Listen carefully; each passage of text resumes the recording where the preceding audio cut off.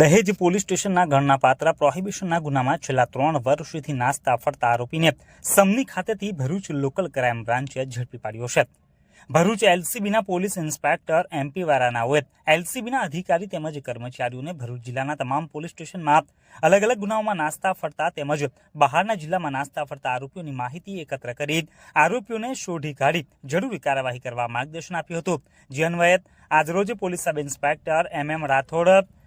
LCB ભરૂચની team Amod police station વિસ્તારમાં પેટ્રોલિંગમાં હતી। જે દરમિયાન બાતમીદારથી ખાનગી બાતમી હકીકત મળી હતી કે દહેજ પોલીસ સ્ટેશનના ગુનાના કામનો નાસ્તો ફરતો આરોપી યોગેશ ઉર્ફે ભરત ઉર્ફે ફકાટ સનાભાઈ ઉર્ફે ધનાભાઈ પંચાલ મિસ્ત્રી રહે સમની ગામ પંચાયત પાસે તાલુકા આમોદ જિલ્લા ભરૂચના પોતાની દીકરીના જન્મદિવસ ઉજવવા પોતાના ઘરે આવેલ છે। જે બાતમીના આધારે દહેજ પોલીસ સ્ટેશનના પ્રોહિબિશનના ગુનામાં છેલ્લા 3 વર્ષથી નાસ્તા ફરતા આરોપીને ભરૂચ જિલ્લાના નાસ્તા ફરતા આરોપીની લિસ્ટમાં સામેલ આરોપી યોગેશ ઉર્ફે ભરત ઉર્ફે ફકાટ સનાભાઈ ઉર્ફે ધનાભાઈ પંચાલ મિસ્ત્રી રહે સમની ગામ પંચાયત પાસે તાલુકા આમોદ જિલ્લા ભરૂચના સમની ગામે તેના ઘરેથી ઝડપી લઈને બીએનએસએસ એક્ટની સંલગ્ન કલમ મુજબ કાર્યવાહી કરી વધુ તપાસ અર્થે ભરૂચ શહેર બી ડિવિઝન પોલીસ સ્ટેશન ખાતે સોંપી દહેજ પોલીસ સ્ટેશન ખાતે જાણ કરવામાં આવેલ છે।